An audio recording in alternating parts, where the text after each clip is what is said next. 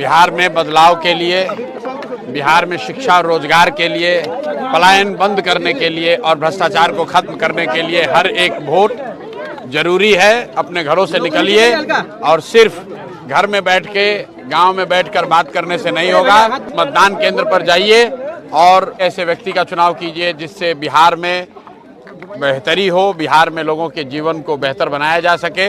ये आपका मौका है, ये जनता का मौका है। आज अगर चूकिएगा तो अगले 5 साल तक बिहार की बदतर हालत में आपको जीना पड़ेगा। बिहार के भ्रष्टाचार से आपको जूझना पड़ेगा। आपके बच्चों के लिए पढ़ाई नहीं होगी, रोजगार नहीं होगा।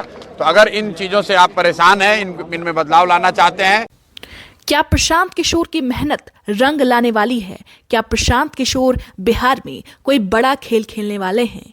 ये सवाल इसलिए उठ रहे हैं क्योंकि जैसे जैसे काउंटिंग की प्रक्रिया शुरू हो रही है, वैसे वैसे जनसुराज की सीट की संख्या भी बढ़ रही है। फिलहाल जनसुराज के मनीष कश्यप के लिए बड़ी खुशखबरी है। मनीष कश्यप लगातार आगे बढ़ते दिख रहे हैं, जबकि बीजेपी के उमाकांत सिंह लगातार पीछे दिख रहे हैं।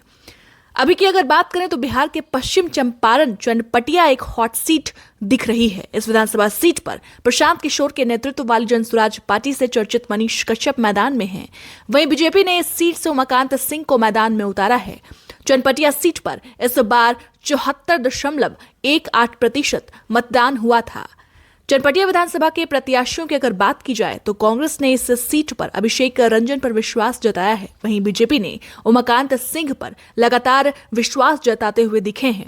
वहीं जनसुराज पार्टी इस बार मनीष कश्यप पर विश्वास कर रही है। वहीं निर्दलीय उम्मीदवार के तौर पर मोहम्मद सोएब इस मैदान में हैं। आपको बता दें, इस सीट की अगर बात की जाए तो ये सीट 2000 के बाद से बीजेपी का गढ़ रही है, जिसमें पार्टी ने लगातार 6 विधानसभा चुनाव जीते हैं। 2020 के बिहार विधानसभा चुनाव में बीजेपी के उमाकांत सिंह ने कांग्रेस के अभिषेक रंजन को 13,469 वोटों से हराया था। इस बार फिर से बीजेपी ने उमाकांत सिंह पर भरोसा जताया है। ये भी देखने वाली बात होगी कि उमाकांत सिंह क्या दूसरी बार लगातार मैदान में उतरकर चुनाव जीतने वाले हैं। इस क्षेत्र में की अगर बात करें तो इस क्षेत्र में मुख्य रूप से ग्रामीण मतदाता हैं, साथ ही अनुसूचित जाति और मुस्लिम मतदाताओं की भी महत्वपूर्ण संख्या है। फिलहाल इस सीट पर जनसुराज के मनीष कश्यप आगे चल रहे हैं, लेकिन बड़ा सवाल ये उठता है कि क्या प्रशांत किशोर बड़ा खेल रचने वाले हैं? क्योंकि आप देख रहे थे जिस तरीके से लगातार 4 दिनों से एग्जिट पोल आ रहे थे, उसके बाद से ये कयास लगाए जा रहे थे कि प्रशांत किशोर की पार्टी को एक भी सीट मिलनी मुश्किल है। लेकिन जिस तरीके से काउंसलिंग लगातार बढ़ रही है, उस तरीके से अगर देखा जाए तो प्रशांत किशोर के पार्टी की संख्या भी बढ़ रही है। माने प्रत्याशी मैदान से जो उतरे हैं, मैदान कई ऐसे मैदान हैं जहां से जनसुराज की पार्टी प्रत्याशी लगातार जीतती दिख रही है। फिलहाल आपको क्या लगता है?